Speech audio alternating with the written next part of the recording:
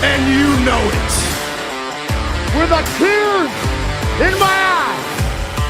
The cream of the crop. Acknowledge me.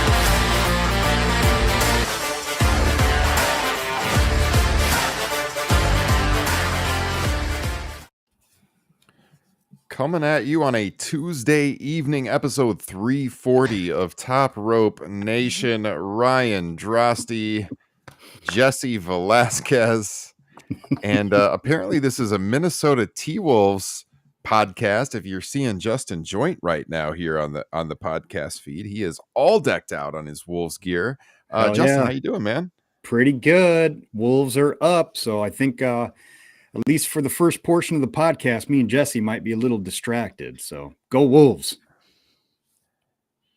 Jesse?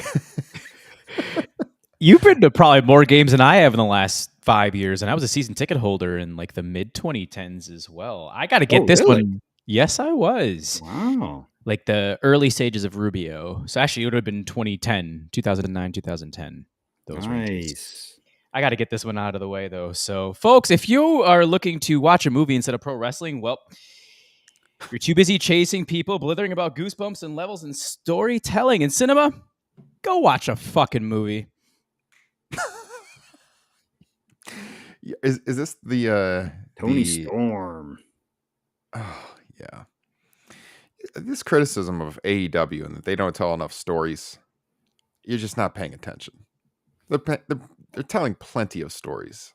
I mean, bad faith actors. Real quick, before we get away from Minnesota sports, I have a question for Jesse.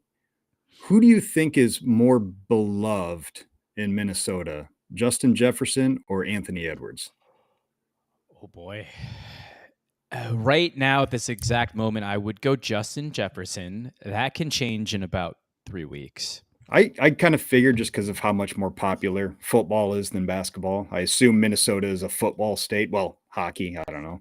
Mm-hmm. All of the above. With the text thread that we have, I mean, JJ and Anthony Edwards are pretty much on an even playing field. I mean, I have like half of that text thread are Viking season ticket holders. One guy's a T-Wolves season ticket holder. Yeah, I'd say Jefferson's about maybe a slight step above, but Edwards seriously could probably pass him in the next month. Oh, absolutely. Depending on what they do in the playoffs here. I mean, he is so, even if you're not a Wolves fan, I don't know how you could not love Anthony Edwards. I mean, obviously this team is not anywhere near what the Wolves are right now, but as you guys know, I married into a Minnesota family, and I've always been told that Minneapolis is a Twins town first and foremost, that they're the most popular team in the city. Is that accurate? I would say in the 90s. I mean, just in general, that's what I mean. Kind of like they say Chicago is a Bears town first and foremost of all the teams. I've always been told Minnesota is a Twins town first and foremost, but they're not very good this year. Obviously, there's plenty of time to go. Yeah, they're the last male professional sports team to win a world championship. It's a Vikings town. I think it's been this way since the late 90s. Now, I don't want to bash your Vikings, but the Vikings remember when those businesses had to buy up all the tickets or they're going to black out a playoff game? How can you call it a Vikings town if we couldn't sell out the Metrodome for a playoff game? That was in the 2000s. Was that really? I was going to say that was more that was like so. I thought that was 97. Oh, no. I was like out of college when that happened. Okay, so that must have been the Philadelphia Eagles game in the wild card the year before they went to the NFC Championship game. Yes, that sounds right. I think it was 08. Pretty sure 08. Mm-hmm. Yes, that is correct because 09 was that magical season, which the text thread that I just referred to. Two of those guys went to New Orleans. Oh, that was their 1998. Oh my God! Now I was pulling hard for the Vikings in that game.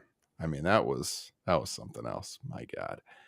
Well, Justin, I like the gear. That's pretty awesome, especially since the Celtics are your number one team. You've gone all in on your number two there. I like it. Very nice. Oh yeah. Celtics are my number one, but I got my two side pieces in the Wolves and the Pelicans. Very nice.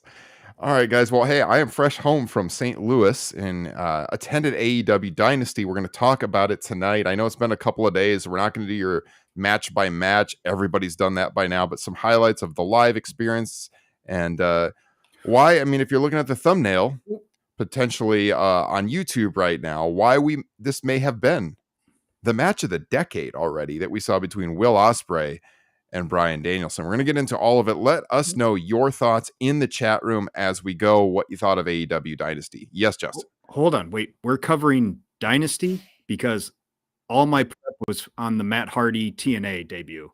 Oh, I thought you were going to say Raw. Thought that's what we were going to cover. No. Damn, I thought it was Becky Lynch's world title win. That's what I was thinking. Last night. No. I didn't even know she won. Hadn't even looked at the results. Guys, you are seeing the names scrolling across the bottom of the feed right now. Thank you to our wonderful patrons who make all of our bonus shows and this podcast possible. We really appreciate you. And if you want to become a patron, check out the link in the broadcast description. It's patreon.com/topropenation, the number one way to support what we are doing tonight. Boys, before we get into Dynasty, what's in the glass? Let me throw it to Jesse first. Now, I know you were engaging in some margaritas, so maybe you don't have anything in the glass. What do you got? I was truly hoping Justin was going to go first because I think... Are you drinking what you were last pod? No. Oh, beer. Okay. Never mind then. I don't have to sing. Okay. I did have 2 margaritas, so I had a second one. And then I got to add a little Hendrix action. Nice. Yeah, it's just one of those days. I was trying to give your local spot a shout out on social media. If you didn't see, I put your story up on the podcast Instagram account as well. I had to screenshot it, but I got it up there. I wanted to give Boca Chica their props for those delicious margaritas up in St. Paul. See you this weekend? Question mark. Possibly. We'll see. I'll let you know the plans here after we get off the air, but it's in the works. Possibly, maybe not. We'll see. There's some weather issues coming on, but we'll see. Justin, what is in the glass for you? One of my absolute favorite beers from Lions Bridge Brewing. I figured, Ospreay wears green a lot. And obviously Danielson is the American Dragon. So I cracked open a New Zealand Pilsner by the name of Green Dragon. Oh, that's perfect. I like it. Yeah. Nice Green Dragon. Oh, Go ahead. Go ahead. Nope, you first. I don't have anything super special. It was just calling my name. Always a delicious one. Just going south from Lion Bridge in Cedar Rapids, Justin, to Iowa City for a little Big Grove Brewery Easy Eddie IPA. Love Easy Eddie. That's a refrigerator staple around the joint household. Got to have some Easy Eddie on hand. Indeed. All right, what do you got, Justin? Oh, I was just going to say, kind of a newer development in the parenting department of the podcast. Mm-hmm. Something I absolutely love, and I know it'll change, but I'm just holding on to it because it's one of my favorite things. My boy, Kit, who is 6, his new thing is when we are out in public, he has to announce to everybody around us whenever he farts. And I think that's pretty spectacular.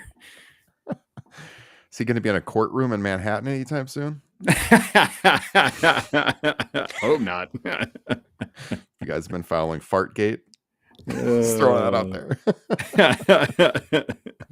I didn't realize this. We have an equal amount of boy-girl ratio amongst our children.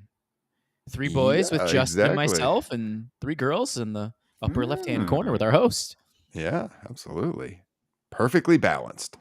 And that's, perfectly balanced podcast as well. We love to give our takes. We're fair. We're honest, I think. We're not like those dolts over on twitter.com that are voting D or F for AEW Dynasty. Come on. What are you doing? And then responding to my tweet saying, oh, you guys making fun of us giving this a D or an F. You're what's wrong with wrestling. Yeah, right. We're making fun of you being dumb. I'm sorry. This was not a D or an F show. Absolutely zero chance that numbskull even watched the pay-per-view. No chance at all. Even if you were the most anti-AEW, if you even like pro wrestling, how could you not get lost in that show for 4 hours? I mean, just the in-ring action was unbelievable. An all-timer of a match between Ospreay and Danielson. A world title change with one of the most over people on the roster, the first African-American world champion in AEW. You got a ladder match. For God's sakes, you got Chris Jericho, if that's your thing. there was something for everyone on this card. Now, Jesse, what was your opinion on the show? Because you watched it a little bit differently, watching it from home. What did you think? Or would you grade it? I had to rewatch the last 2 matches yesterday because I was so enthralled with, of course, the Danielson Ospreay match. Am I being biased by giving it a flat A? No. Because I mean, God, the lowest grade possible I would give it is an A-. Because if you're looking at it top to bottom, 1 to 9, there was only one match that I didn't really like, and even with the Julia Hart Willow match was 6 minutes, short, hard hitting, but we'll get into the Tony Storm match later. I thought that was one of her better performances in a while. I mean, you look at the match of the year contender list, you had that one, and you had about 4 super sneaky ones that you could throw as a match of the night on a cable television product, or even in a different light. Or on almost any other pay-per-view. I think there was matches that could have stolen the show. But then again, when you have Bryan Danielson and Will by God Ospreay headlining in terms of an in-ring perspective matchup, good luck trying to top that. Like I said, 5.25 was the floor 3 weeks ago, and they exceeded that. Spoiler. I'm calling it. It's going to be 8 stars in the Observer. 8 stars. I'm telling you. It was, I mean, by my own criteria and what I say on the pod when we do these grades, B is something I watch more than once. A, got to have a match of the year contender.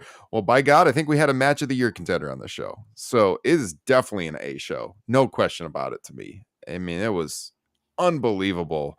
I mean, being there live, experiencing that. I've seen Ospreay before in person, but I don't think, pretty sure the last time I saw him was in 2018 at the Mercury Rising WWN Super Show. Yeah, and I was there with you, and it just as well had been a completely different wrestler that we saw in 2018. I mean, he was so much smaller.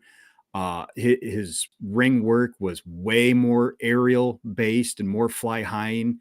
And just like he was kind of just born for gifts at that time. Whereas now he's just so much more of a complete wrestler. Total package. And even just with the presentation, I mean, we've talked about it before. His theme song is maybe the best in wrestling. And when that came on in the arena, just the energy in the arena. I mean, I'm not trying to downplay Swerve's popularity, and we're going to get to that too. I'm so glad he got the world title. That was definitely the right choice. Top Swerve Nation. We said it many times on here. There's no question Ospreay's the most over guy in the company. It is not even a question at this point. I mean, he's surpassed Swerve. He is by far the most over guy in the company. The ovation he had coming out, even after Danielson, who had a really good ovation too. It was unbelievable, man. I mean, that and then I mean, you guys that watched it on TV, as that match started, the chant, I mean, the place, it's not a super big arena. I think they had about 7,000 or a little less in there. It's like a mid-major size college basketball arena, but it was mostly sold out. There was a section up in the corner that I think they had just recently put on sale and opened up that wasn't totally full, but everything else was. And I mean, that place, that was about as loud as I've ever heard an arena before. I've been in bigger arenas. I've been to WrestleMania in a stadium, in an arena. That place was so loud when that match was getting underway. And I've watched it back now on TV too. And like the smiles on Bryan's face, like he couldn't contain his excitement as it started. And it was just, I was so hyped. Justin, I did the goosebumps thing, rubbing my forearm like The Rock did. Yes, sir. It's like, geez. Go ahead, Justin. One of my biggest takeaways from this show is how much it reminded me of All Out 23, where, I think going into that show, everybody was kind of down, Punk was out by that point, right? I think that he had officially been given the boot and the night before. And we're going to this show that basically had 1 week's build, if that. Punk's out of the company. There was just a bit of melancholy in the air. But then you watch that show and being in the arena, one of my all-time favorite crowd experiences of all time. I mean, the crowd lifted that show to another level. You had people in the crowd trying to start CM Punk chants, shut down immediately. Yeah. Now this time, we're kind of it felt like a weird time for AEW with all the once again the Punk stuff and just the television and until the go home show felt kind of off. And that crowd in St. Louis, it reminded me of that All Out crowd. They took that show to a completely other level. They were on from start to finish, invested in every single match. Although after Ospreay Danielson, it took a little bit into the ladder match before, we got our energy back. But goddamn, there's just nothing like a hot crowd. And that's something like, I know WWE has hot crowds, especially when they get overseas, your WrestleManias, stuff like that. But I implore anybody who has any kind of negative attitude towards AEW to go to a pay-per-view. To get to your closest pay-per-view show, because it's the best thing in professional wrestling, in my opinion, are these AEW pay-per-views. And this one was no different. Yeah, it's just a totally different type of energy. Even with the WWE crowds that are hot, unless you're maybe overseas, it's just a totally different experience. I agree. We've been lucky here in the Midwest that we've had a lot of pay-per-views within driving distance, and we get to go to All Out every single year, and we had Full Gear up in the cities, and now this one here too. And I've been to TV too. I've been to a Dynamite in Chicago. Not the same. The pay-per-views are just unreal. I mean, you leave there on such a high. I got back to the hotel room in St. Louis. Parking was a bit of a disaster afterwards, getting out of the parking garage. But by the time we got to the hotel and I took my oldest daughter, I mean, she never wavered. I was a little worried that she was going to get tired at this show because they go so late. She's not exactly a night owl. She was wide awake and got back. The hotel room was like midnight. She's wide awake. She's like, I don't want to go to bed. And it's just like the adrenaline, honestly, from that show. It was like, how could you? And you're exactly right. The FTR match with the Bucks, that was the only one where it kind of died down. And you could totally tell it was just like emotionally, everyone was so worn down. The injury angle they did with Bryan, people are kind of wondering about that. That was my only major gripe with the show. I would not have put that match after Bryan and Ospreay. I probably would have put the Jericho match there, to be honest with you. But I mean, outside of that, it was a near perfect show. It was so good live. It may have been the best one I've gone to out of all of them. I mean, I've been to, I can't remember at this point, Revolution 2020, Revolution 2020, Full Gear 21, All Out 21. All Out 21 card wise was not as good as this one, but it had like the energy, Punk's return, the big debuts at the end. That was just a massive show. It felt like a sea change. Yeah. Double or Nothing 22, All Out 22, All Out 23. Full Gear 23 too. Or excuse me, 21. I don't know if you mentioned that one. Yep. And also, real quick, I think this might have been the best one I've gone to. This was the 5th AEW World Title change that you have witnessed in person. Isn't that unreal? Because I think there's only been like 11 or 12. I don't even know if like about half of them. 9 or 10, I believe. I've seen 4. So yeah, you just passed me. Which is crazy because it's not like they changed the world title that many times. There was a couple of them because of like the interim stuff with Punk and then the Mox, and they flipped it back and forth. It's right around 10, but like, so roughly half I've seen in person, which is kind of crazy. But yeah, it was, I think this was the best show top to bottom I have been to. Did Jesse, watching on the TV, I'm curious because I brought up, people at that All Out 23 shutting down the CM Punk chants. Did you hear any of this? Because a couple times they tried to start the CM Punk chants and they were shut down immediately. I heard 0 of that. Okay. Good. At all. And by the way, Ryan, I probably saw your daughter in the aisle about 15 times. Well, she had this guy in front of her that was really tall. He was holding up signs all the time. And to his credit, he did turn around to her at the very beginning and say, let me know if I'm blocking your view and I'll get the hell out of the way. But nice, luckily she was on the aisle, so she could just like take a stage. She could see everything all night. She had a great view. And yeah, man, she had a blast. I got so many videos of her just like dancing to the entrances. She loved it when Mercedes came out and she was doing like the things she does with her hands. And man, when you can take your kids, when they get old enough to take your kids to wrestling, like Justin saw, I mean, it's so much fun. So, Take headphones though. Sound true, blockers. true. Those fireworks are loud in there. I mean, we were right near the entranceway, so yeah, it was very loud. But yeah, St. Louis, it was a great venue. I mean, it's on this university campus. It is very nice. It was already, you can tell it's a little warmer down there than Iowa and Minnesota. And it has been longer. It was everything was green. It looked like prime summertime. Very well manicured landscaping as you're like walking up to the venue. Venue was pretty nice inside too. We had like these seats that were very well padded, like almost like the big money tickets or something. They had like the logo of the college team on the back, and cup holders were shit. Yeah, that's true. The first time I heard the CM Punk chants was out on the concourse right when we got there. Yes, I was Justin worried. yelled at him. Justin was like, nerds or something like that. I can't remember what he said. Yeah, that's what I said. Yeah, we saw some friends of ours like Jay right away down there. I mean, we did other stuff outside of wrestling. Pappy's Barbecue in St. Louis is a must. If you have never been there and you get to St. Louis, go to Pappy's Barbecue. Shout out, best barbecue I have ever had. And that says something because one of our hosts here is quite the guy when it comes to ribs. But man, these are some great ribs. We got a chance to have that. We went to Union Station. Great weekend. Anything you want to shout out, Justin? Just that I was, because famously amongst us, your daughter has always said that I make the best ribs, even though, she's had ribs in Memphis and stuff. So, Yes. Waiting in line to go to Pappy's, I was not really giving her shit, but I was like, so you think these are going to be better than mine? Really digging in on that. And I got my ribs first, took one bite and I was like, oh, these are way better than mine. And then it's not soon after she had a bite. She's like, yeah, they really are. Damn.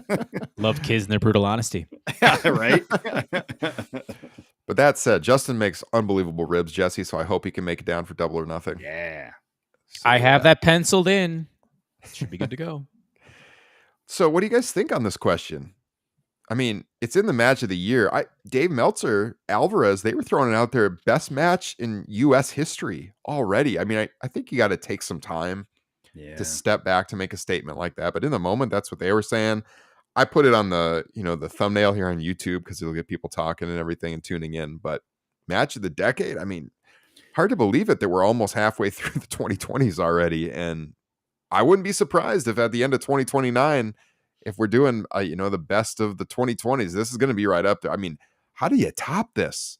An all-time great like Bryan Danielson, Will Ospreay on the rise to becoming the face of the company, a true dream match. These guys working their first match together. It's not like WWE where they would put guys, in there at different times in their career and they'd run through at the house shows, like we just talked recently about, or I talked with Frank recently about WrestleMania 10 and Shawn and Razor, and that was such a transformative match for the time. But they ran through that multiple times at the house shows before Mania 10. And these guys haven't been in the ring together at all. And they get in there and they have that crowd and they put on that match with some of the most mind-blowing spots I have ever seen in person and pulled it off so safely as well. And then still got you to bite on the injury angle at the end. It was just a masterclass in professional wrestling. Everything you could want out of a pro wrestling match. Jesse, how do you think this one's going to rank all time? I am going to tell everybody and shock them as well. I have not rewatched this yet. Oh, wow. Normally, I know that's my thing. I have 7 paragraphs of notes on the match, though, if you'd really like me to go blow for blow, which I won't. What's nuts to me was that 5 minutes in and Minimal had been done. You guys were chanting "Fight Forever." Right? I was in an absolute state of shock. Styles make fights. Styles make wrestling matches. I've said that how many times? And I've watched Sabre and Ospreay wrestle, Zack Sabre, that is, probably 3-4 times. And this Danielson, in my eyes, is just a step above Zack Sabre. And then some. I could not believe some of the stuff that they were doing. I gasped maybe 8 or 9 times at home on my couch. My son was asleep. I was actually under the impression, by the way, that this was going to open the show, because when with the first minute they teased it was going to open, and I just went, "Oh my god, my kid's going to watch this. He's not going to remember this, but I'm going to have to tell him this might be a legendary thing you're going to see."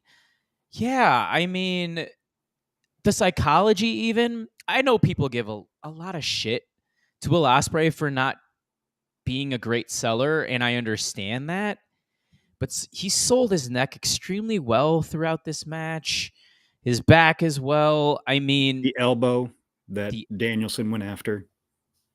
it my thoughts exactly there too, Justin. You nailed that portion.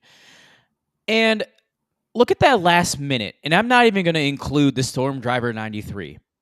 But when those guys went into their respective corners, charging up it, and I know a lot of people were making the correlations to their favorite anime, because anime and wrestling seem to be a thing with a lot of people out there. They just sat there for 10, 15 seconds, just powering up. Everybody was eating it up. It was like, who's going to win this stalemate? And it almost looked like the poster that it came out a couple of days prior, if you saw that, with Ospreay charging with the elbow, Danielson leading with the knee. Ospreay just barely caught him, hit the Storm Driver 93, looked super clean at home. On the replay, it looked super clean. Danielson sold it like his shoulder was completely removed from his body. And Ospreay just said, F this, I'm still going to go for the hidden blade elbow, while Bryce Remsburg's trying to get an official or some people to look at it on the outside. Again, I'm not going to go blow for blow the rest of the way. It was just absolute insanity. And I mean, for those of you watching at home, because we didn't know this in the arena, but the fact that, you know, that they showed that replay kind of killed the fact that this could have been a real injury, right? Because you could see how clean it was. I mean, I had a perfect view of it where we were sitting, and I could see that he tucked perfectly, and it was, they landed exactly right. And I mean, also there was the fact that, you know, he never would have signed off on doing that final hidden blade if he was actually hurt, you know. But Bryan's selling was so good that people bought it. I, for a second, was definitely wondering. And then, because, you know, we know Bryan's injury history and everything. And then when they didn't do anything with the Callis family, because I thought, like, in the moment, I thought, all right, they're going to play this up. Like, the other Callis family guys are going to come down. They're going to try to attack Bryan while he's down. And then Will's going to fight him off, and that's going to be his turn. But they didn't do that. And then they kept it going. When you guys got the hype video for the next match, Will stayed out there with him. And then he eventually, like, helped him to the back. I don't know if they filmed that for social media or anything, because it was dark in the arena. But then it was like, okay, so Bryan's like walking with his arm around Will, so clearly he's not injured. They would have put him on a stretcher, you know. But I thought overall, like, the selling was so good. I mean, half that arena was really wondering. Everyone was talking about it. And that was another factor. And it was hard to get into that ladder match right afterwards, because nobody really knew what was going on. Not just because, you know, obviously we saw a great match, but yeah, the injury angle seemed so real, so realistic. It was masterful. So well done. The counters were absolutely absurd. Like it felt like they had wrestled maybe 4 or 5 times prior and knew each other. And like you had said earlier in the beginning, Ryan, yeah, they hadn't. Yeah. And again, being a almost lifelong Will Ospreay fan, I can say 2017 was when I really started to dive into it. The maturation process, it's absolutely incredible. He went from a boy in New Japan to he is a full-blown man and knows exactly what he's doing top to bottom in the ring. He was born to wrestle. Justin and I were talking about when we had seen him in New Orleans the last time at that Mercury Rising Super Show. After the show, you know, he was at an autograph table down on the ground. We walked like right past him, and our first inclination was we couldn't believe how small he was, just like in height. And he wasn't as built as he is now. Now that wouldn't matter, because he's a super, you know, he's built and he looks big in that way. But at the time, I'm like, man, he's not that big. But now, I mean, he's big in more ways than one, just physically, personality wise. You know, his promos are good. He's got the whole package right now, man. It's only a matter of time. Happy for Swerve, but this is clearly the guy, I think, long term. And the other thing is, this Saturday, with this Collision show, they're going to have, I was going to ask you guys what you would lead off with on Collision, because they're going to have this big audience coming off the playoff game, right? It's the Boston game, right, Justin? I believe so, yes. Because they're saying like 4 million viewers probably going to be watching that. And they're going to go right from that to Collision on Saturday. And there's not going to be a post show for the NBA game. It's just like the game's going to end. It's going to go right to Collision. Mm-hmm. So it's probably the best lead in, almost surely the best lead in they've ever had without me going back and looking. And if you got 4 million people that just happen to have the TV on and you got a chance to get some new fans and get their attention, what are you putting out there in the first 10 to 15 minutes of this show? I mean, how are you leading this off? Any ideas? It's got to be with an Ospreay match or with Swerve. Yeah. It's got to be one of those two things. Well, it has to be Ospreay now. Swerve is wrestling tomorrow night. Huh? Kyle Fletcher. I hadn't even seen that yet. Oh, wow. Yeah, I hadn't seen that either. Swerve, Kyle Fletcher in a world title eliminator where, of course, if Kyle wins, then he gets the world title shot. Ospreay Jr. It's what we're almost starting to call Kyle Fletcher. That's going to be a lot of fun. Obviously, we're going to dive into Swerve later, but yeah, there's your breaking news. I would start right away with just an awesome highlight reel of Bryan and Ospreay with some good music in the background. I mean, I'd have them welcome to the show, and I'd say, we just had an all-time classic on pay-per-view 6 nights ago. Check this out. Just get people's attention with that highlight reel. Then maybe have an Ospreay match. If it's not going to be Swerve, do an Ospreay match, then do a highlight reel of Swerve winning the title. I would just go bang, bang, bang. But I would start with a highlight reel. For God's sakes, you just had arguably the match of the decade. Show the people. Show 3 to 4 million people that. I mean, if that doesn't hook them, I don't know what else you can do with that kind of a lead. So Danielson, a little over 20 minutes deep into the match, locks in a pretty solid triangle choke. And oh, by the way, Will just goes, okay, one arm, boom, boom, Styles clash. Yeah. A one-arm Styles clash. What? Yes, sir. The other fact of starting Collision with the highlights is that there's going to be people that know Bryan from WWE. So that will get their attention. Who's this new guy? They see the highlights. You see what Ospreay can do. I think you start right away with that. And they're probably going to show some highlights on Dynamite. I don't care. Like, show it again. Get that large viewership and use it to your advantage, I think. Unreal. We've talked almost a half hour about this match. We could go longer. Can I throw a few things in there? Yeah. Jesse already pointed it out. My favorite moment, possibly, certainly, watching anything live, but that high noon showdown where, and this is something that Danielson has mostly refused to do, is the yes chance. But you saw him in that corner doing the yes chance, getting ready for that knee strike. And then Ospreay gets in the other corner, slowly takes off the elbow pad. I have never screamed louder during a match than at that moment. So with some of Will Ospreay's critics, and this is a criticism that I've had too. Jesse already mentioned one, is with the selling. I thought he was mostly very exceptional in this one, but also with some of, I think people would point out maybe some unnecessary flipping, where in this one, it felt so well balanced with the way Danielson was attacking him. And it felt like for the early portion of the match that, Danielson was getting the upper hand, that maybe he was the better wrestler. And Ospreay was using that stuff to counterattack, and until it eventually kind of turned towards the end.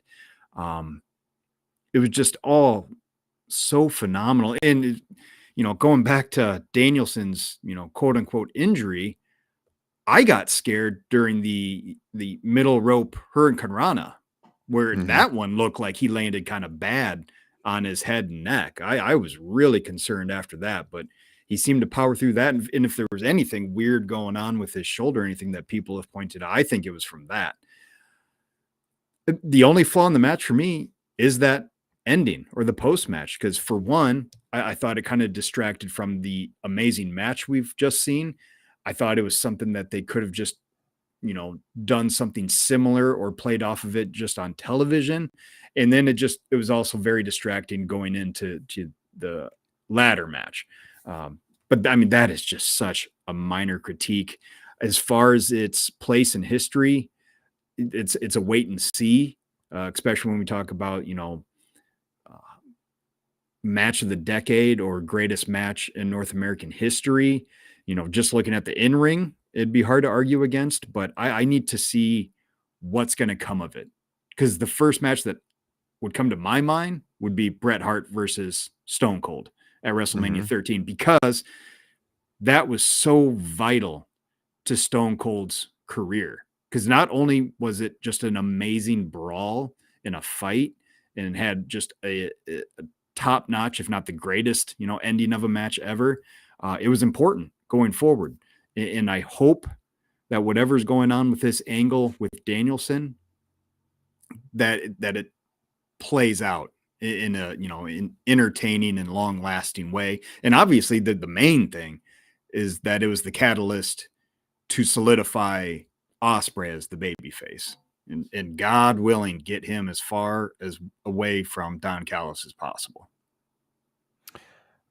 One other thing. So when we did our picks last week, I picked Bryan to win the match, and I think you could go either way on this, and they're going to play it out probably fine. But we were listening to Observer Radio on the drive home, and Meltzer agreed with me on this and kind of backed up exactly what I said last week, was that if Ospreay had lost, there's more of a story to tell, because Bryan can be the one challenging Swerve first. Ospreay then has to overcome Bryan Danielson to, defeat him, then get his world title match, which we're all expecting to happen at Wembley, and that's 4 months away. And now it's like, he just beat Bryan Danielson. He's the most over guy in the company. Like, how long can you keep him away sensibly from the world title? And so despite Ospreay being super hot, like, it's okay for him to lose. He's not going to lose, especially losing to an all-time legend like that. So if we want to nitpick, I honestly think Bryan winning would have been the right call. Now we'll see it play out, and it'll probably be fine. But I do think that would have been a more compelling way to go booking over the next few months, because they might get in a bind here where, like, can you hold off on that match as this guy is getting the biggest crowd reactions on the show and he continues to build steam? I think storyline wise, that would have been preferable. But I mean, I obviously understand why Tony picked him. I mean, Jesus Christ, this guy's over like Rover. So yeah. And I agreed with you when you brought that up last week. I agreed with you coming out of the show that I think that might have been the better option, but it is very much, kind of to my previous point, a wait and see, because that is all going to depend on what they have lined up for Swerve. Yeah. Who his Double or Nothing opponent is going to be, who his Forbidden Door opponent is going to be, what is this summer of Swerve going to look like if that's what we get? Yeah. Do you want to jump in, Jesse? Do we get Ospreay now tied into a blood and guts scenario here at the end of May? Some other kind of avenues to tie him in here. I would love to see a rematch with Shota Umino at Forbidden Door if you want the crossover appeal. That was one of the highest rated matches of last year, which is nuts to say. I think Meltzer almost rated it 6. So let's see it again. I think Shota gets the first shot at Moxley after Moxley defends this title against Powerhouse Hobbs tomorrow night too. So yeah, I mean, I think there's plenty to keep Will Ospreay busy over the next handful of months. I know I had mentioned that he's already ran through the Don Callis family in what they call friendly matches already, because he's a part of the group. If he's going to have to do it again, so be it. But I mean, you can definitely throw some other opponents in there and make it feasible to at least get to All In. Yeah. Well, there was one other thing that this match was missing before I forget, and that's the fact, we've talked about this before, but Justin, you and I usually are sitting by each other at these pay-per-views, and for this one, we were not. You were just one row behind me, a few seats down, so we could see each other, and I looked back at you a few times during this match, and we made some faces at each other of what we were seeing. But if you had been sitting right next to me, Justin, How hard would you have been shaking me during this match? You'd be wearing a neck brace, my friend. So it was for the best because, yeah. Something like that. Would I have walked out of the Chaffetz Arena looking like that? Exactly. Now, if genetics don't fall far from the tree, Justin, was your kid shaking you? Nope, he was not. And luckily for him, I'm a good dad, so I wasn't shaking him either. All right, so we'll just get some general highlights on the rest of the show. Here's one other thing I'll nitpick. And this is just about the event itself.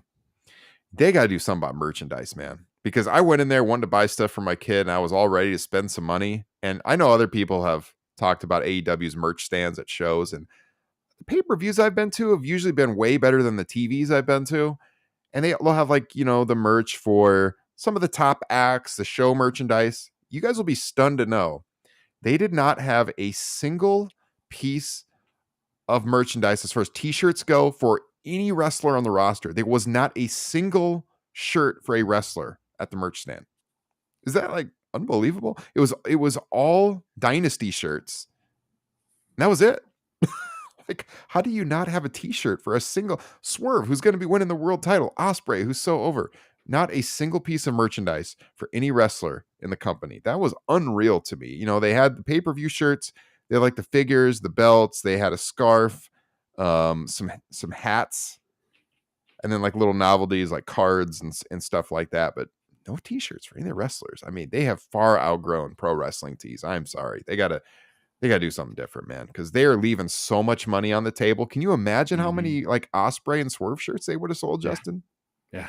It's not there at all. That was mind blowing to me. Blackpool Combat Club. I'm just thinking out loud here for Yeah. your daughter, a Mercedes Monet. I haven't seen a thing from her, and she debuted a month ago. Yeah. That new Elite shirt, by the way, with I believe it's the Young Bucks and Okada with their first initials. That is a sweet ass shirt. I would consider getting that. Now, why wasn't this shirt in attendance either? By the way, folks. Yeah, that Joe shirt's awesome. I had to buy it just because of the look. I mean, and he's your world champion. He's supposed to be at least the face of your company for a few months. Yeah.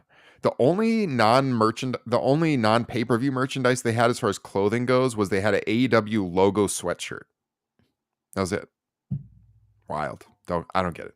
I don't get it at all. Is that what Justin's wearing right now? No, it wasn't that one. It was a little bit different. But yeah, that was the only piece of non-pay-per-view merchandise. Anyways, just wanted to throw that out there before I forgot. The rest of the show, God, we've already gone 43 minutes. Some just big. We're gonna have to bust through the rest. Yeah, some highlights. We've already talked about the issues with the ladder match following Ospreay and Danielson. I mean, overall, it was a very good match. I thought that Cash did a lot of high spots in that match, and he worked real hard throughout. And loved the Jack Perry appearance at the end. Crowd popped big for him. He got a lot of cheers right away. Some boos, but a lot of cheers. And I think we were all kind of expecting that. We talked about it on the preview show, I believe. Good to see him make his return. We'll see how this character is. I hope it's better than his last heel run. I think it will be. I think he's grown a little bit since then. He's had some practice at this now in New Japan. Wishing him the best at using this situation to further his career. Look, they got that scapegoat t-shirt out using the shattered glass. Brilliant. Got to give it to him. That talking about merchandise. Good design there. I like that. I thought that was really well executed too, because it was very similar. It was reminding me of Roman Cody, the main event from WrestleMania, because which I like that main event, but part of the problem with the first time I saw it when it happened was I'm waiting for The Rock because I know nothing's going to happen until The Rock comes out. Yeah. And I was fairly certain that Jack Perry was going to be making his presence felt during this ladder match. And so it was kind of the same thing. It's well, nothing's going to happen until Jack Perry comes out. And even when he came out in the mask, I was like, oh, that's got to be Jack. But then with the security attacking him, there was that split second. I was like, oh shit, maybe that was a fan. But the way that the security, took the hood off, took the mask off, and that shit-eating grin he had on his face, all of that was just so well done. I was pleasantly surprised by the positive reception that he got, and also just for the match itself, how over the Bucks were. It was a very pro Bucks crowd. Mm-hmm. Very physical as well, with Mhm. FTR playing into the Young Bucks high flying stuff a little bit. Cash pulling moonsaults off of ladders. You got a little bit of blood going on. And I think the highlight for me, hands down, was Justin Joint calling the end except for the GTS. You wanted the GTS from Jack Perry. Yeah. If you had gotten that, that would have been the single greatest prognostication in the history of professional Unreal. wrestling. Unreal. How about the Power and Glory spot off the ladders too? Freaking awesome. Amazing. Awesome Amazing. stuff. I mean, that's the other thing about this card is there's really no results that are questionable. Everything is pretty sound. Yeah. The same with this one. The right team won. This should be the Bucks, and that's coming from a big FTR fan. But yeah, man, it was just it was excellent. I as already pointed out, took a while for the crowd to get back into it, but man, did they ever. Fantastic match. We get highly annoyed with table spots, and yet I felt they were warranted in this match. I thought that the usage of all of the weapons on the outside were tastefully done. There wasn't anything that was overdrawn. Because I don't think we're gonna have any deep thoughts on this match. So as a transition with Justin saying that all the right people won, I gotta admit, unfortunately, Chris Jericho winning was the right call in that match. And as much as we've panned Chris Jericho, and I still do believe that he could benefit from a big break, his character is working for him right now. It is. It's entertaining him doing like the heel thing, but like the way he's, doing those promos and being very sarcastic and acting like he means what he says when he's clearly egging on the crowd. He's found another gimmick that works. Yes. Your chance. Go ahead, Justin. I was just going to say, I'm kind of, me and Ryan have not actually discussed this. I'm stunned to hear that from you, because I thought my embarrassing takeaway for this show was going to be that I actually was pretty sports entertained during that match. Yeah. And honestly, I was kind of cringing at some of the crowd chants during that match. And I do think it'd benefit Chris to go away for a while. Yes. I mean, God bless him for, being able to stay so healthy during this AEW run. But, he either needs to go away or just solidify himself in the mid card. Mm-hmm. Is Hook getting ready to leave? I haven't heard anything on that. I mean, I think we talked about in the preview. I mean, he's lost a lot, not like literally losing matches, but he's lost a lot of steam in the last couple of years, and just kind of feels like another guy right now. I think it would be a bad idea on his part, because I think it would be kind of the same thing with Jade Cargill going to WWE, where they will get over there and the other company are going to realize is like, oh, they're still pretty green in this ring and maybe not ready for full-time exposure. But the difference is that, Jade looks like a star. Jade is so much bigger than all the other women that, and meanwhile, Hook looks like a little boy in the ring against most of his opponents. Well, Justin, they might put some nice caps on his teeth. And, they like to do that with guys who are from famous lineage. A big, bright, white smile like Lexus King. They'd want to make sure, that he gets away from that Taz heritage, though. Anyways, a certain guy who had more than 1,300 days also has some pretty sweet veneers. Yeah, it's true. That is true. All right, real quick, let's talk about the rest of the card. Well, let's go to Swerve right now. Yeah. He had the special entrance. Felt like a big time entrance for a championship match. I noticed, and I told Justin about this as we were leaving, that I saw Powerhouse Hobbs walk out, and he was kind of over like in the production area, but he made it a point to come out to watch Swerve for a little while. He watched his entrance and a little bit of the match, and then he went to the back, but it was like he wanted to take it all in person.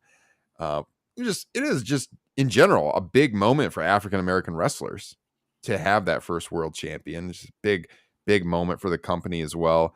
And yeah, it felt like a big time match right from the start. And the match itself was phenomenal. I thought everything, for the most part, was what they needed to do. I think this was clearly the right decision, as we talked about on the preview show.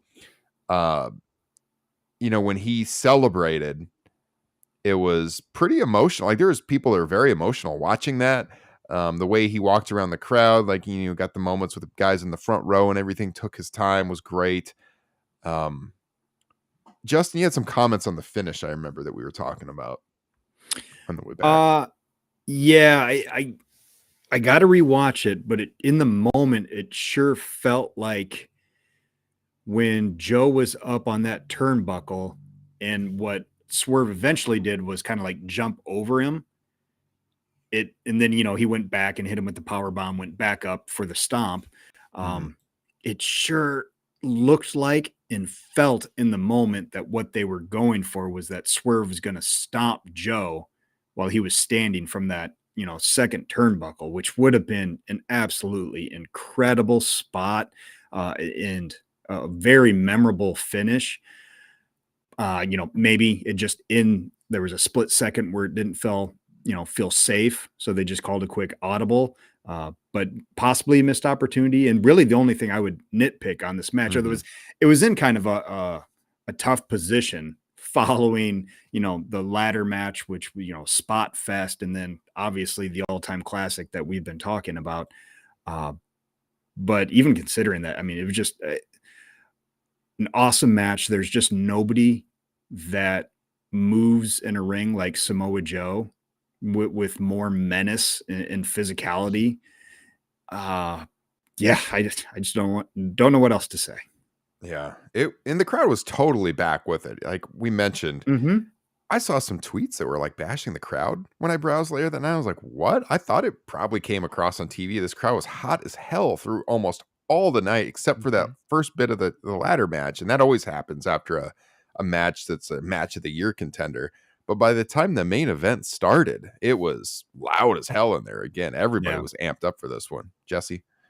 It was the shortest match of the last three. It was just under 18. I think it was 17:59, where it was 21 and a half for the tag, and then 32, almost 33 for Ospreay and Danielson. Justin, I think you were right, by the way. They were going for that crazy stomp, and they had to go reset.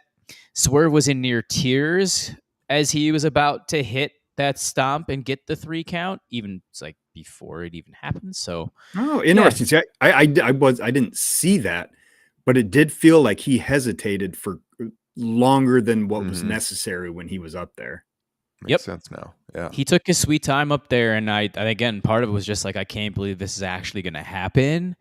The celebration and then the scrum afterwards with a lot of the questions that were being asked, like how does this feel? And it brought him back to even Kofi in 2019 amongst other people. So he just says that now people of my representation can look at me and maybe they can take this further along here in the next couple of decades. Even just beyond the color of his skin is the journey that he's had in professional wrestling. Basically, being an indie stalwart for so long, he had the Cup of Coffee and Lucha Underground. He was given, an opportunity in WWE and let go, found himself back in AEW and just kind of worked his way back up the ladder. And it never felt like they were legit pushing him to be a world champion. He kind of created that himself with the help of Hangman Page. Yeah. I watched him at the NXT War Games 2019 pre-show wrestle Santos Escobar and as Isaiah Swerve Scott, and they damn near stole the show there. You knew that they both had something special, but just Swerve just has always had that something. And Will Washington, obviously being a blood relative, just says it's the charisma. People can just tell. He exudes it the moment, not only when he steps out, but with his music. And I know on the indies, it was just more of a dance feel. And now I think with this song and Prince Nana now being the dancing persona in the bit, he'll just walk right out there, just superimposed with the coat and just looking like a true leader. It's just a wonderful presentation all around. There were people blasting his theme in the parking garage afterwards. It was awesome. Yeah, I mean, you know the bad faith actors on social media, they're always talking and laying in like the AEW haters about, oh, how look, ha ha ha, how they let Punk get away. Oh yeah, he's had such a big run with WWE, hasn't he, since he got away? How could they let Punk get away and Jade get away and Cody? No one ever talks about WWE had Swerve and they did jack shit with him. He's one of the most charismatic guys in the entire industry. And they let him get away. Joe. They let Samoa Joe. I mean, yeah, there's a list of the other direction too. Tony Storm is also a big one now. She's women's champion. I think they did right by her until she got to the regular NXT. But though the three big ones are Joe, Swerve, Tony Storm. One, and then obviously whiffed on Ospreay too. Mm-hmm. Obviously, that one bothers him a little bit. Which I did like in the scrum where somebody asked him about, his comments going back to Triple H. And he's like, it really seemed like he regretted ever really bringing that up. So bravo to him. Ospreay, that is, not Triple H. That was kind of dirty of him. Yeah. I don't think Paul would ever say he regrets something like that, unfortunately. Keep it in scrums and interviews and not on national television.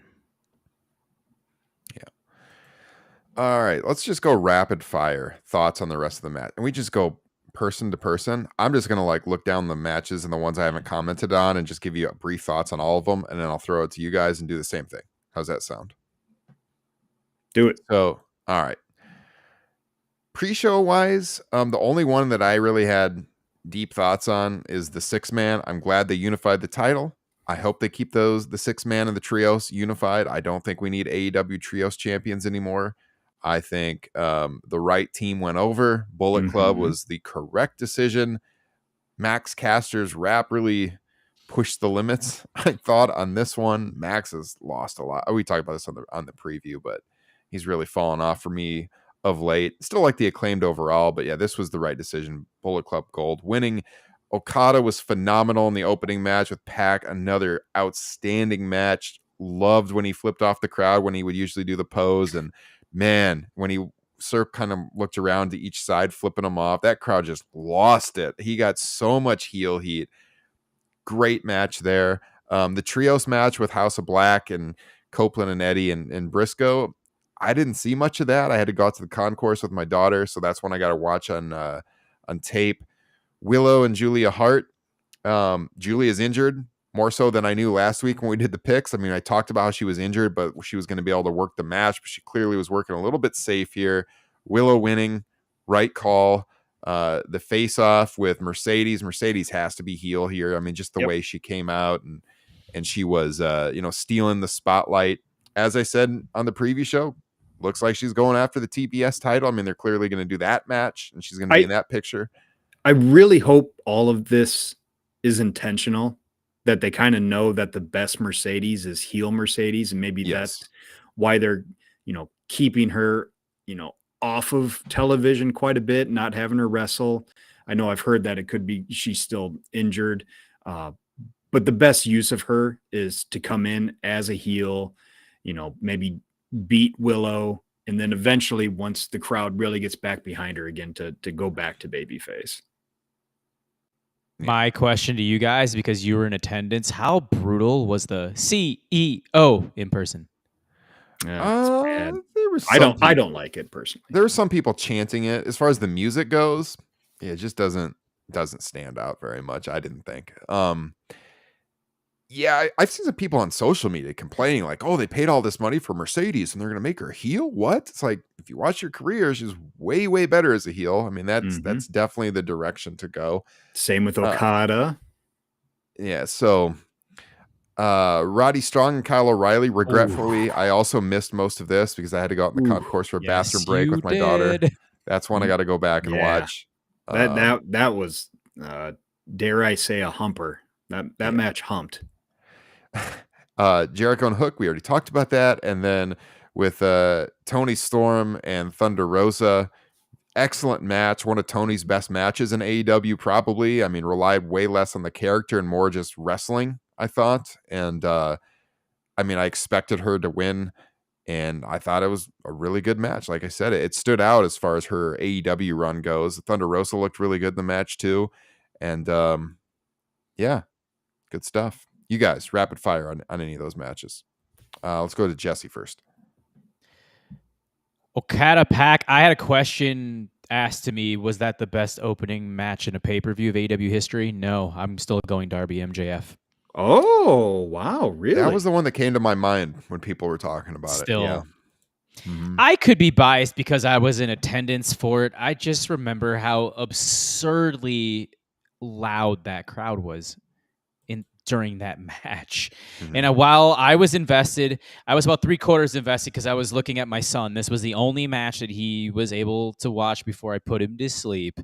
And I could tell like he was kind of really getting into Pac. He was getting into Pac and like a lot of the athleticism he was displaying, but Okada's facials, holy shit. Mm-hmm. Like I mean, seriously, in any other promotion, you'd be going, okay, give this guy the world title here in the next 6 months.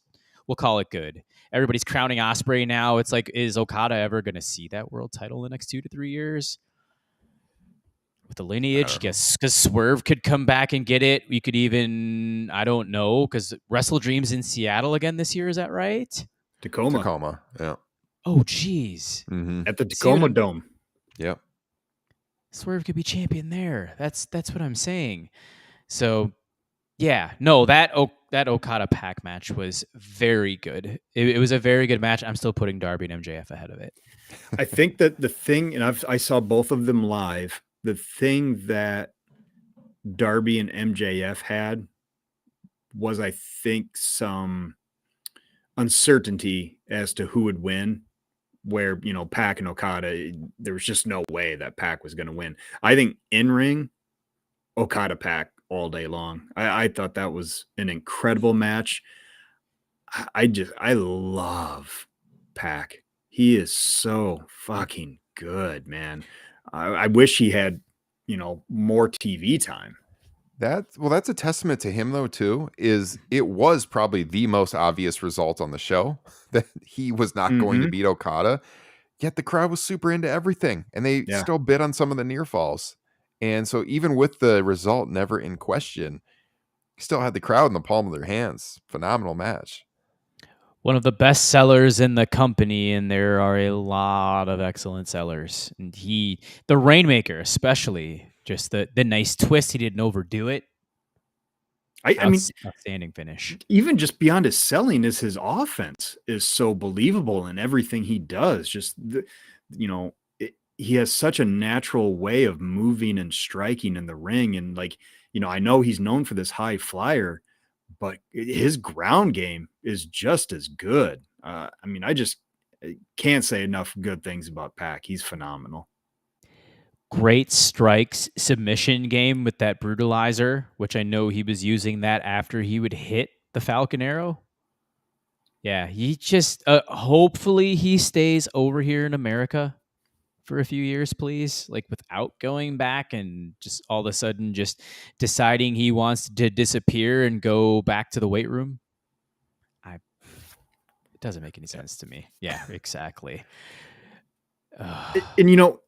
And obviously Okada hasn't been back or, in AEW for very long, but that was easily, the most that he's come off as a heel, which is a lot of Okada, but it's also a lot of Pac too.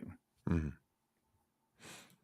So I'm trying to think outside of that, I would say the Tony Storm Thunder Rosa match. Yes, I really enjoyed that as well. You got the little bit of Mariah May, of course, being taken out by Deonna Purrazzo, them going to the back, and then Tony, which I alluded to in the beginning, her 2.5-minute spiel backstage with the press scrum, and they asked her the question, Mariah May's the number 4 contender. What's going to happen if she gets promoted to number 1? And she stormed off the stage. Oh, Interesting. So I haven't seen that think yet. that's coming. Yeah, that was one of the better women's title matches I've seen. I think the only one I would rank there's two I would rank ahead of it would be Britt Baker, Thunder Rosa at the St. Patrick's Day special in the cage, and then Tony Storm, Jamie Hayter at Full Gear 22.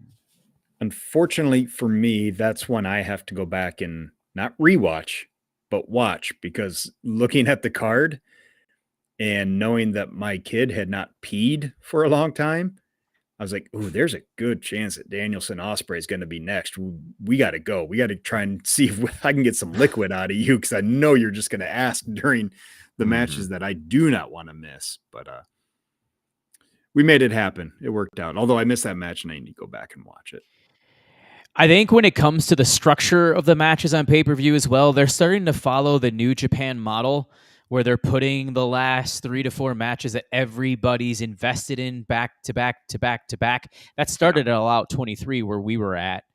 And I kind of want them to do away with it and throw one scrub match in there, like you mentioned earlier, Ryan. Like Hook and Jericho would have been perfect after Danielson and Ospreay. I think you still need a cool down match. Could be a bit much for the crowd, at least. Can I just do a couple quick hits from the stuff you already covered? Yes. It sure seems like we are heading towards a Malachi Black versus Adam Copeland at Double or Nothing, which I find very interesting.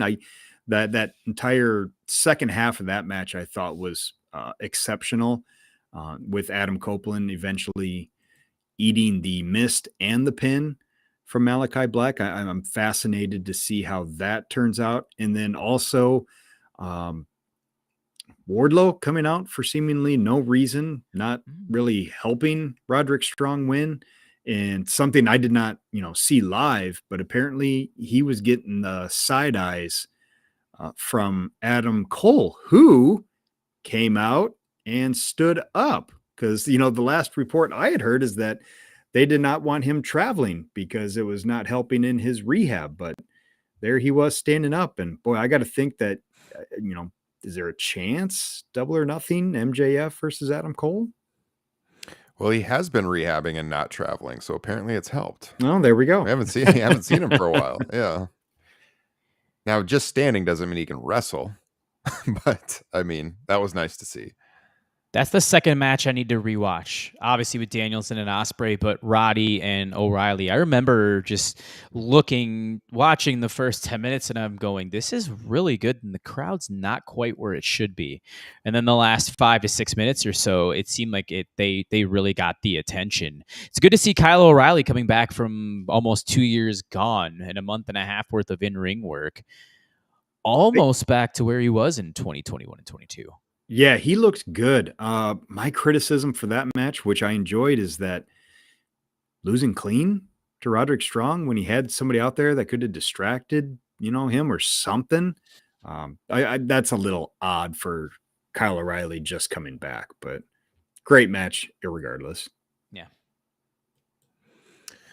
All right. Any other thoughts, guys, before we wrap on Dynasty? I never gave it my grade. I thought we all agreed it was an A at the beginning. No? I think I would go A+. Okay. Yeah. I don't usually do plus or minus, but I mean, I could be right there with you. Yeah. That's also the live viewing too. Such a different perspective than what I had it at home. Jesse, did you order this on BR or did you use Triller like they're on now? Which also reminds me, Triller/Fight TV. It happened again, by the way, which I sent you the screenshot. Oh, I did see that. You won the contest. You got it free, didn't you? WrestleZone on Twitter/X.com. I figured, you know what? I've been dropping $50 almost every single month for the last couple of years. Can I get a freebie in here, please? I remember the last time that happened. All Out 21. Thank you guys very much. How we met. So to get 2 all-timers for free, incredible. So I guess from now on, whenever I get a free one from someone else, I'm going to guarantee that it's going to be an A-level show and something extremely memorable is going to happen. So Triller, which by the way, 0 lagging. Great So experience. So here's the thing. I know a lot of people have. I've never had any issues with lag really on BR that I remember. It usually plays fine for me. My biggest problem with BR is that the on demand is terrible and it takes forever to fast forward to get to a match. Is that Mhm. better on Oh, Triller? way better. Because, Yeah. like I said, I went straight to the Young Bucks FTR late yesterday morning and no issues. There was no freezing like 2-3 seconds behind like BR is when it Mhm. comes to the viewing. No, Triller / Fight TV, in my humble opinion, is the way to go from a United States buying All standpoint. right. Good to know. Good to know. Yeah. Very nice. All right, guys. Well, that was Dynasty. We had a hell of a time there. And we appreciate you guys tuning in as always. If you're watching on YouTube right now, please hit subscribe. Give us a thumbs up on this video. It helps us out a lot. If you are on the podcasting platforms, please subscribe, rate, and review. We would very much appreciate that. Guys, we have a Facebook group with a lot of great people in there talking pro wrestling. Search Top Rope Nation Pro Wrestling Discussion on Facebook and join in on those daily discussions. And like I said at the top, go ahead and join the Patreon page for bonus content. It's patreon.com/Top Rope Nation. That is the #1 way to support what we are doing and to ensure that the podcast continues into the future. We will not be live this Thursday night. This is this week's flagship coming at you 2 days early because we are all going to be watching this year's NFL draft and enjoying every single minute of it. So we will be back next week with the next edition of the flagship. The Patreon feed might be updated before then with a bonus show. We'll see what happens, or some kind of bonus content. So you can look for that if you are a patron. Anything else, boys? Just, let strangers know when you fart. Just tell them. It's okay. Follow Justin's kids' lead. It's all right. He's onto something. All right, everybody. This has been episode 340 of Top Rope Nation. We'll see you all next time. Have a great week and go Bears. Whose title?